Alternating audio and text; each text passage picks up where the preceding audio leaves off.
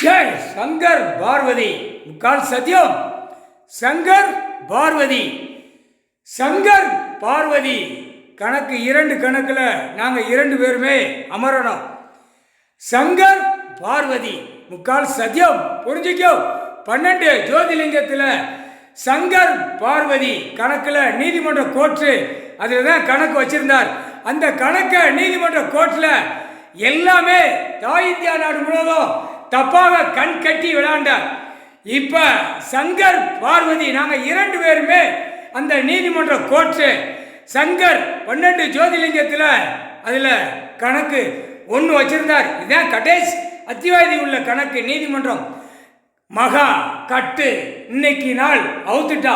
மனப்பூர்வமாக சந்தோஷம். அதான் சங்கர் பார்வதி நீதிமன்றம் முக்கால் சத்தியம். நீதிமன்றம் இன்னையிலிருந்து பயங்கரமான கணக்குகள் எடுப்பார். முக்கால் சத்தியம்.